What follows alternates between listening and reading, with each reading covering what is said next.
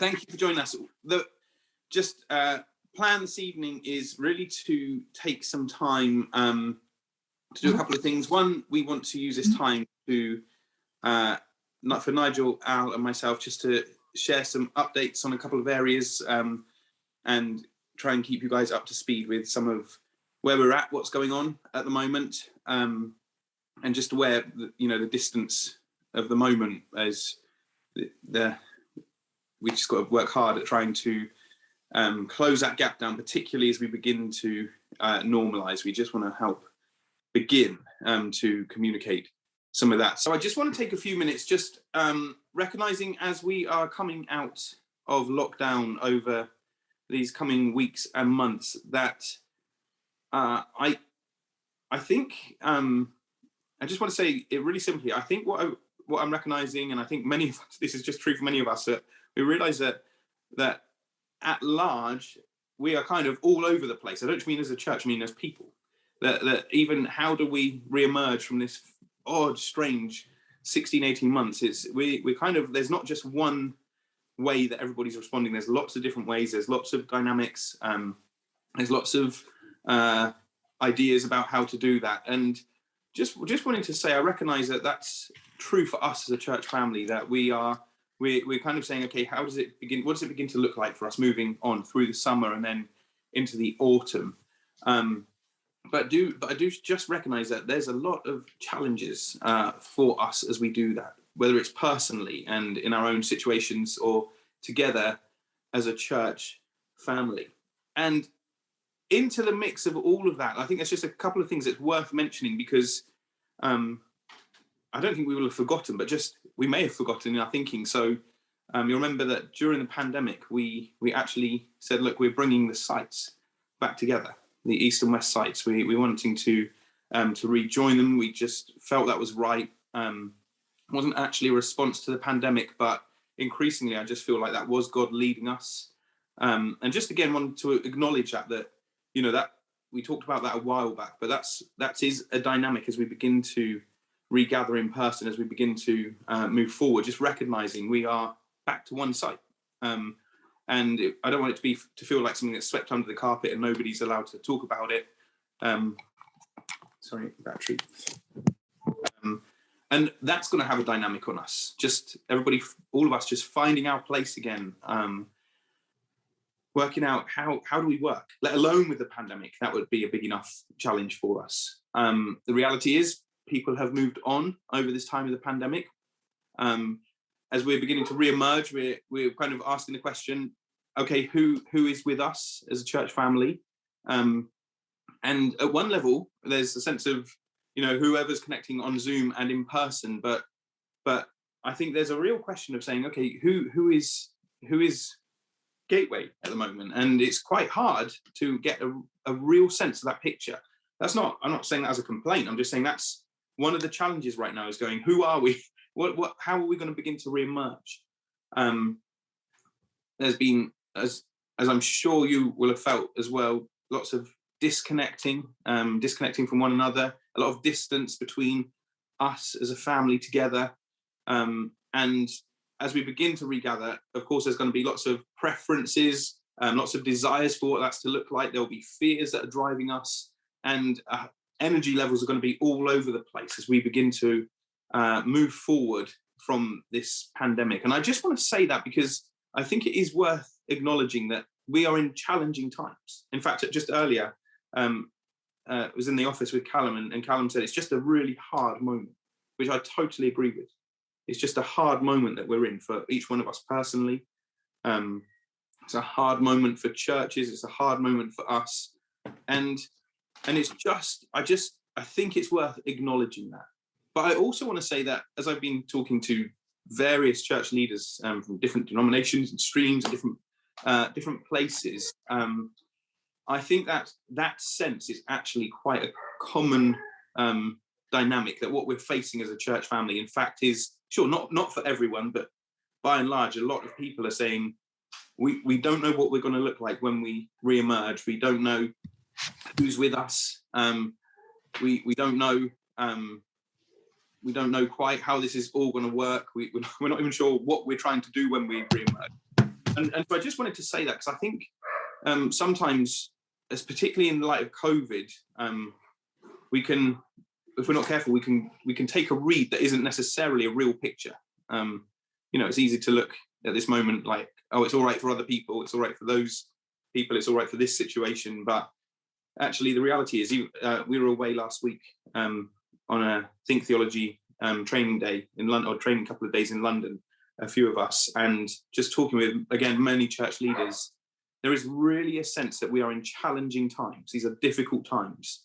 There isn't actually a clear path out and how we move forward. And if I'm being honest, that could do one of two things. It could either really wobble us and unnerve us to say, gosh, there have been people that have moved on. And that's normal anyway in church life, but even it's been exacerbated in this season. I just, again, many of you will know that our Nepalese friends who've been with us for many years, fairly early on in the pandemic, Al and I were meeting with them regularly, trying to work a way forward. And they just got to a point, likewise, where they felt, no, we believe we're meant to be starting our own church, community, family. They were in, like, separate from Gateway. We want to be friends, but they're just feeling faith for all kinds of different reasons. And there's a whole part of our community, our family there, that have moved on, and that's happened in different ways. That's just the picture of where we are. That's just the reality. It's not wrong that people move on. I'm not saying that, but the reality is, it makes it difficult to know how are we moving forward. And I think the reality is, if you hopefully we've said it enough times that it will be in your mind, that prophetic word that came, 2 and a bit years ago now, about entering a new era. Just put your hand up if you remember that. Hopefully people remember the phrase new era. Good. And that was something that really did live with us. I think we tried to take that to heart as a church. We've kind of like, yeah, this resonates. We had no idea it was going to look. We had no idea we're going to end up where we are and how we are. Of course not. But into that, there was another part of that prophetic word that spoke about, it's unfamiliar to us, and we haven't been this way before.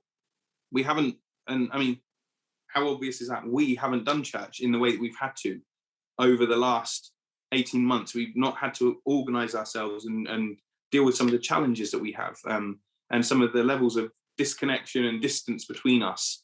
And so actually, when I think about that prophetic word, that has really fueled my praying personally in this season, in the sense of the pressure would be really high if we're not careful to say, what's the plan?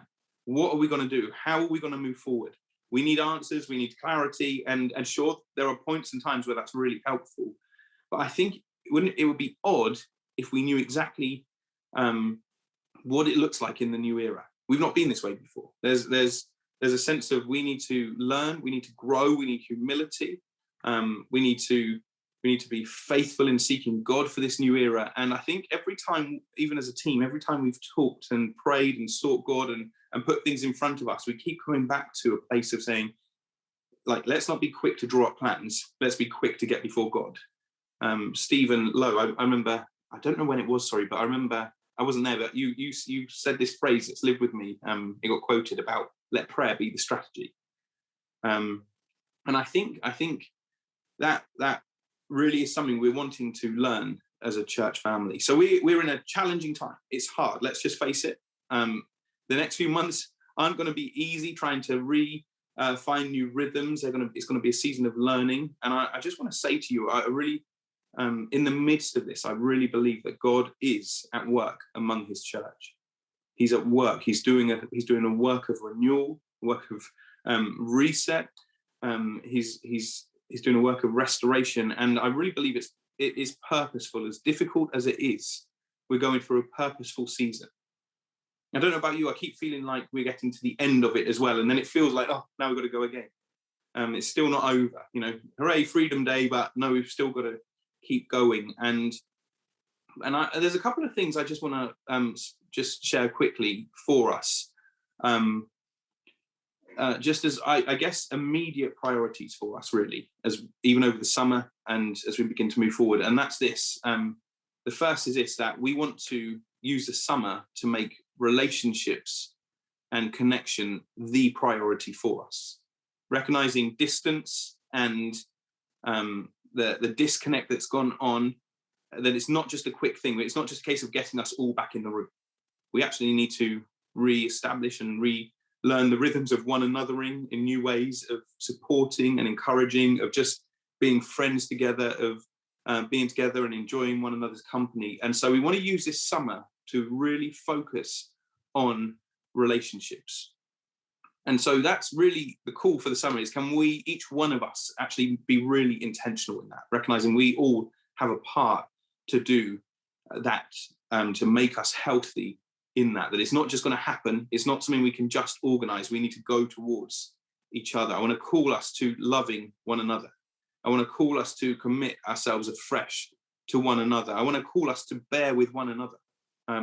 We've had a few conversations just about to mask or not to mask. That is a question. And the reality is that people are going to do it in different ways all over the place. But our call is to love one another and bear with one another and prefer one another. And so we want to make relationships the priority. And so even over the summer, as we gather, part of our plan is that we're going to gather both in person on Zoom one week, and we're going to center ourselves around breaking bread together. And then on alternate weeks to that, we're just going to go to Lydia Park for a church family picnic to enjoy time together, to enjoy friendship, have a laugh, talk, play games. Sure, one week we might take a guitar, we might break bread, but we just want to really use that time to do the work of friendship and connecting, and that's going to take time. I just want to put it out there. Let's not say, right, we're back to normal as of the first time we're all back in the building. It's not. People don't work like that, do we? So it's relationships and pursuing relationships. That's our immediate priority over the summer. Then secondly, I want to ask us that as I've been praying for us and as a church, and particularly what does it look like for us to emerge? There's a number of things that we really sense God's doing in this season, and one of which we've just made a list of some things that we sense God's been talking to us about, and one of which is that we sense that God's speaking to both us as a church, but also incredibly, it's happening much wider than us, that the church is beginning to realize that being the church is more important than going to church, and that we've got to learn to be the church. Sure, our gatherings, we're not saying they're not important. Please don't hear what I'm saying, but gatherings is not enough. We need to learn to be the church, and actually we need to be less about buildings and organization and more about relationships and family. And we've just been sensing that. And so what I want to say to you is that as we begin to move forward, our heart is that we do look different. There are things in which we are saying we don't know what it looks like, but we know we can't keep our old rhythms. It'll be so easy for us to slip back. And that's not a fear thing. It's just saying, actually, we sense that God is cutting us off from some of our old ways of doing things. And we want to acknowledge that. And so I want to a couple of things into that. I want to ask that personally, I want to ask that we pursue Jesus in our life, that we are walking with him. I know it's an obvious statement, but let's not just do strategy. Let's seek Jesus. Let's, as Stephen said, let's let prayer be the strategy. Let's let people walking with Jesus intimately be the strategy. And I just want to ask us, let's not neglect our first love. Let's really seek to spur one another on, disciple one another in faith and life as we move forward. I'm going to put it like this. I believe that God wants to join many of us with new friendships in this season as well. People who we've not connected with, or people who've not been on our radar before. I believe that God wants to put new people into our lives who would do us good. And so I want to encourage us to walk with Jesus, have a real heart towards others in that. Yes, gatherings are important, but we want to learn to be the church. And so as we're gathering, please don't come just as a, please don't come, sorry. Please don't come just as a spectator.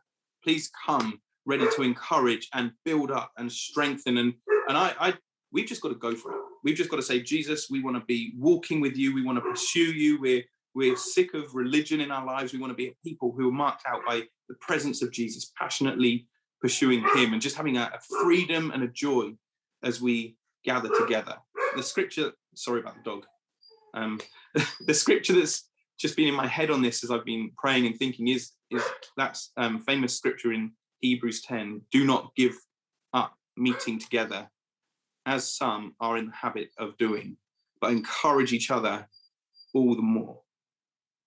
Let's listen, it's in a season of disconnect and distance, it is going to be easy to not have the energy. In a season of frustration, it's going to be easy to not have the energy to meet. It's going to be easy to take the pragmatic approach and just say, let's make this easy for ourselves. No, for community, for following Jesus, there is always a cost. There's always bringing ourselves and saying, I'm choosing, I'm preferring, I'm giving myself, I'm counting the cost. And so I just want to call us to that. And then finally, on these 10 points, and that we've been just reflecting on and thinking, this is what we're sensing God's doing in this season for us. We want to learn to put prayer at the forefront of how we begin to move and operate in the days ahead. And that isn't as easy as it sounds. We're not just talking about let's chuck a load of prayer meetings in. We're talking about a heart, a culture, a desire to seek God, to learn to follow him in this new era in a way that we haven't before. And yes, over COVID-19, prayer has marked us out. It's been something that has been a feature of us, particularly if you remember 18 months back, there was a real desire to pray. There was, it was like the prayer room was full in that sense. But ongoing through that, Phil and a whole group of others have, day in, day out, met over the last year, just simply getting before God. Not an organised, well, it is organised, but not a gateway-driven thing. It's not a leader-driven thing. It's just people who are saying, we've got a passion to pray. And I really feel that we need to learn prayer afresh. We need to see actually that the job of leaders isn't to say, right, this is what we're doing, everybody get busy and do it. But the job of leaders is to call us and to release us as a people, to equip and enable us. And one of the things that I guess I'm sad about, and I'm finding ways to say, God, I'm sorry for this, but is that as a church, we haven't put prayer at the forefront of how we think and move in a way that we have. And I want to say to you, sorry about that dog. She's Emma's dog. She's not my dog. But I want to say to you that I'm sorry to you where we've not prioritized prayer. It's been unhealthy. It's not honored God. It's not honored us as a church family. It's not borne fruit. And actually, being honest, it's made things difficult for us. Prayer is the key that moves the arm of heaven in that sense. Wherever the Spurgeon quote is, it touches the nerve that moves the arm of heaven. And so as we move forward, we've just got to get a new confidence in prayer. I'm not talking about lots of prayer meetings. I'm saying that as a people, we learn to bring God. We learn to go to him. We learn to say, God, we need you in this. We're not going to move forward. In fact, we don't know how to move forward. We don't know how to regather. We don't know what we've got ideas of what we're doing, but we don't just want to assume that our ideas are right. We want to seek you in prayer. And so just recognize that this is, actually very simple. It's love one another, build relationship, pursue Jesus and keep committing to gathering together. That actually gathering is a healthy thing for us. It's going to be a costly thing, but it's a healthy thing for us. And then that we need to be fueled by prayer in a way that we haven't before. And we can't turn the whole ship around in one night. I realize that, but we can begin to intentionally say, Jesus, we want to respond to where you're leading us. I think these things are each one of us. They engage each one of us there. It's about all of us in this moment saying, it's going to be tough. It is going to be tough. It's going to be a bit bumpy. Let's face it. It's going to be an interesting few months as we begin to move forward. But what we want to see, what our heart is not to see just an organized people who gather on Sundays. We want to see us released. We want to see us learn to be the church in the way that we haven't before. So I'm going to stop there because I've spoken too long anyway. But I hope hope in some ways that just gives you a bit of my heart, really. This isn't a case of we've not done, as a church, we're not doing well. This is just a sense of we are in a challenging time and we've got to get before God as a people. We've got to love one another. So that's my ask to us this evening as we go forward, that shapes and defines us. Okay. Nigel, who wants to go next?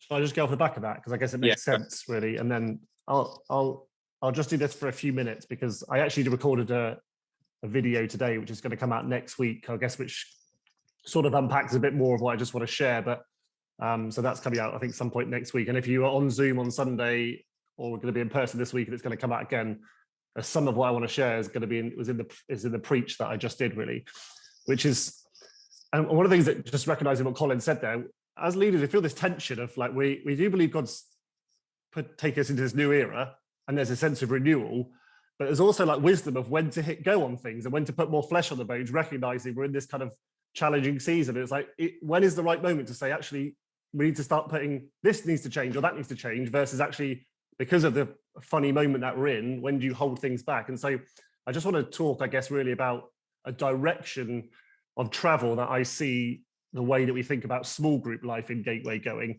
and embarking on a bit of a culture shift around that, really, which may land, you might go, this is amazing, or you may just say in the noise of the moment, but I think at some point you have to go, this is some of the direction that we feel like we're heading into, really. Because, so just for a few moments then, really, so, obviously, how we think about small groups in the life of the church is pretty key to how we work out, I think, this new era, because it's actually in that smaller context where we work out faith and discipleship and growing as family and engaging one another in the mission of God. I read something great the other day. It said the church in its most potent form is small. And, we all know the value of smaller networks and smaller contexts where we get to encourage each other and build one another up in faith. And, for a long time, we've had a certain model of doing small groups or community groups or household groups. They've had lots of different names over the years, really. And I guess the leading edge of them has probably been around community and connection and care. Of course, they embed opening the word, prayer together, encouraging, growing in faith. Of course, they had all those things, but you may have often heard us talk using language like, if you want to be cared for in Gateway, join a small group. And I think that was particularly true as we kind of entered through lockdown. But I guess as we've reflected on that and wanted to really look at the foundations of what we're about, I think we're wanting to embark on a shift where the rhythms and the essence of our life together in smaller context, in small groups, become much more centered about discipleship and mission. So by discipleship, I mean that process of encouraging one another to become more and more like Jesus every day. And mission, I mean activating each one of us to be servants in the places that God has put us to. And so I wanted to start, and in saying that, that's not to devalue or downplay the role of community, because, well, community is, one, abiblical, but two, actually, I think the very essence of Christian community is around disciples on mission together. I think that's what Jesus called people into. I think that's what the early church lived out, that actually our way of being together and loving and serving and caring for one another is in the context of growing as disciples and fueling one another into the mission of God and demonstrating God to the world in word and in action, if you like. And as I shared on Sunday, if you did hear, when we see mission and discipleship and community operating together in harmony, I believe that's where you see the Church of Jesus Christ kind of in its truest and purest form, if you like. So what we're wanting to say is that kind of as we ease out of lockdown, we're wanting to embark on a direction shift, a culture shift of what it means for us to gather in smaller groups, if you like, and that the emphasis within those is going to be much more centered around discipleship and mission. Now, for some of you, you might be in groups where that's already flowing and flying and in relationships that's happening, but others, you may not be in a group right now, or there's different people in different spaces and things like that. But we wanted to say, actually, we wanted to move away from small groups as we've known them towards what we want to call, and I'm aware of calling things a name just for the sake of it, but I guess names do give you a sense of what we're trying to do, towards things like calling missional communities, which isn't just about changing a name, it's about changing an emphasis of culture, which is around saying, how do we start to see our life together as a community shaped around helping one another grow as disciples of Jesus and fueling one another into the mission of God. I believe that is the purpose of community as Christians. And in the video that I recorded today, I unpack a little bit more about how I see some of that kind of working out, if you like, and some of that happening. And it's not like we have all the answers on it, but I really just want to take this moment, and I guess in the context of what Colin was sharing, is that part of this shift, you have to say, where is the big shift going to come? And so much I think about it's going to come out in how we operate at a community level, how we operate at the kind of more groups of 5, 10, 15 people, the way those discipleship relationships where we learn to walk with Jesus together. And so we want to have that shift. And it's not just a small shift, I think, for us. I think it's quite a big shift that actually that the culture of Gateway would be that our life together centered around discipleship and then releasing one another into mission, either common missional spaces where we're all engaging together or separate missional spaces that we're operating in different places, if you like. And so really, we're wanting to sort of go on that journey. Kind of, you know, I don't think it's a case of, Colin was saying earlier, is this a case of like a soft launch or a kind of, you know, come certain day, that's the way we're doing things? I don't think it works that neatly. I think there's going to be a transition for us and a shifting in that direction. But I want us to be really intentional in that. I want each one of us to start asking God, saying, God, where is it you've placed me? What is it you put in my heart to do? Who is it that surrounds me that I want to invest in to see grow as disciples of Jesus and to become more like him? And that's how we form community. And then in the purpose of that, we see men and women growing as disciples of Jesus and being released into the mission field together. And so we're kind of going, I guess I see it more like a transition from one way of being into another. So there'll be things that we learn on the way, things that we haven't yet foreseen. But for me personally, as I think about going on a shift, not just around language, but a shift of culture, for me, I get excited about the possibility of really working out together. What does it mean to pursue the Great Commission of Jesus Christ, to go and make disciples of all nations? That very much in the essence of what Jesus left his disciples was go and make more disciples and go to the ends of the earth together, go on mission together. And so for me personally, I want us to go on a journey together of reshaping and redefining how our small group community life works, centered around this concept of missional communities, where we do that hard work of and actually intentionally inviting one another into discipleship relationships to grow in faith, become more like Jesus, and learn to do what he did kind of everywhere, every day. So that's just a very, very quick summary of, I guess, something that we're wanting to put some more flesh on the bones of, or we feel like we have a bit more clarity about the foundations of the way forward. I think it's going to take different ones of us listening here this evening to go, I'm going to help set a new culture. I'm going to be that person who's going to go and grab hold of a group of 3, 4, 5 people and say, would you journey with me and let's go after Jesus together?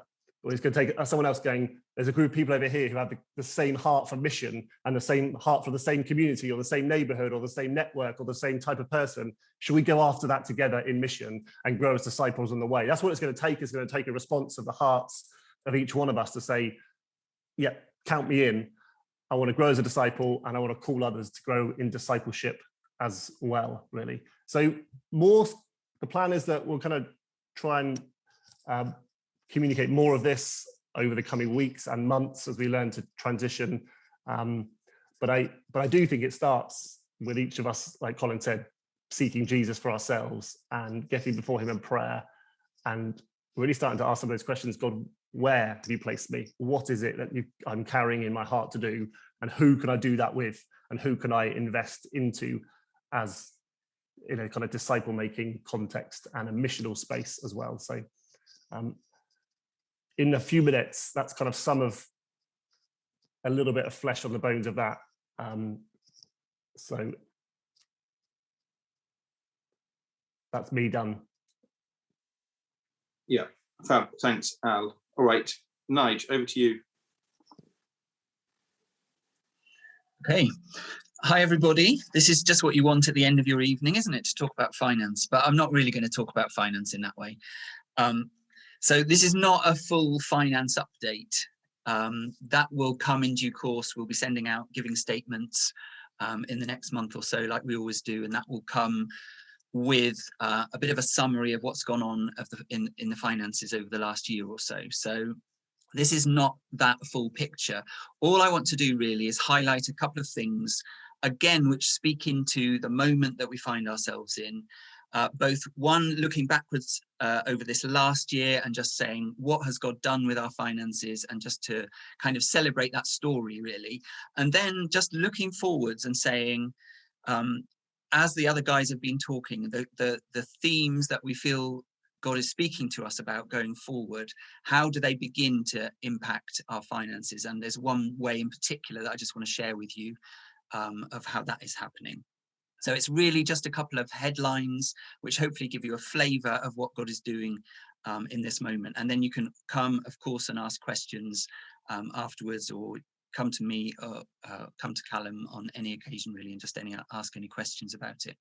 So Phil, if you've got the pictures, just quickly, the first thing is just to give thanks to God for just this last year. Obviously, it's been a huge struggle in lots of different ways, not least financially for different individuals, but also, sorry about the glare on my face, but for individuals, but also for organizations. But I just want to say God has been so faithful to us and what he's enabled us to do over this last year. So this is a picture of our income through the various pots and sources over the last 5 years. And as you can see, this last year, this is the financial year to March 2021, the last column there.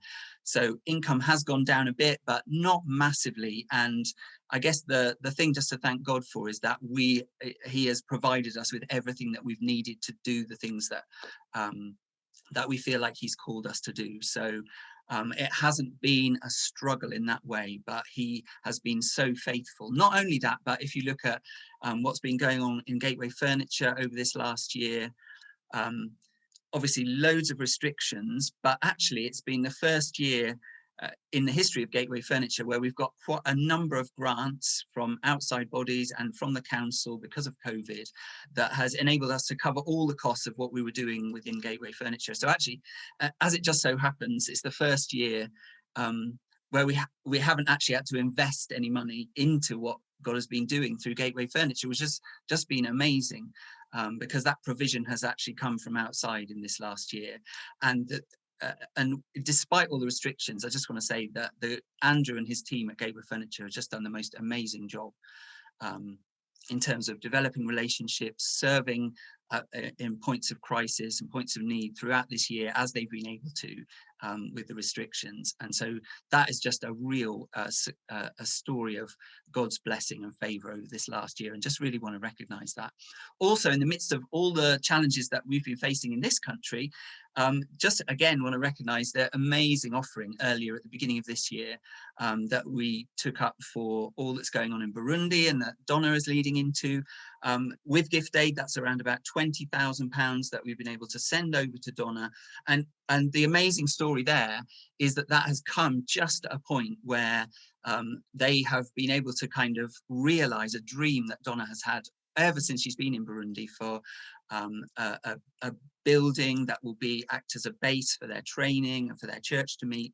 And the fact that we didn't know anything about this, it wasn't planned, but the 20,000 actually has enabled them to secure the lease on that building just at the right moment. And so God knew, and it's just a fantastic story. We'll find ways to tell that story over the coming weeks as well.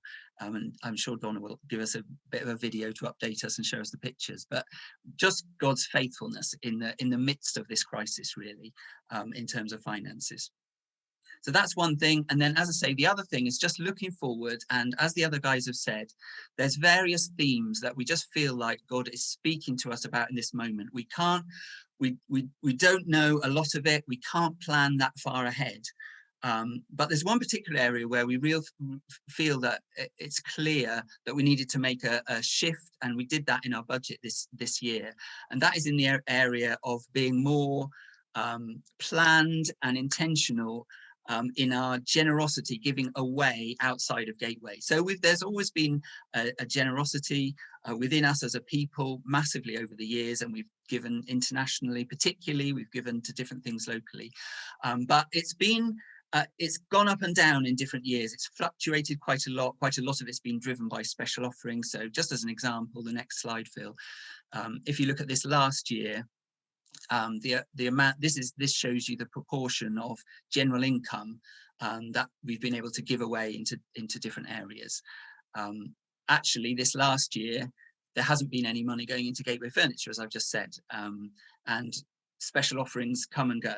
But what we really feel, one of the things that God is speaking to us about in this moment is that we actually exist, as Colin has just said, not for ourselves, but for those who are outside the church. And so part of recognizing that is saying that in future, we want to be more planned and more generous in budgeting at the start of every year to give away a certain proportion of the income that comes in to the church. So we've set that in this current year at 15%. We're saying whatever comes in of general income, 15% of it as a minimum will go out and we'll give away both locally and internationally. So that's where we're kind of wanting to draw a line in the sand and say we really feel like that has to be a new emphasis. And not that it's not just what comes along in terms of things that we might give to, but that deliberately at the start of the year we say we're going to set aside this percentage. This year we've said 15% that will go outside of Gateway. So what is that going to go on?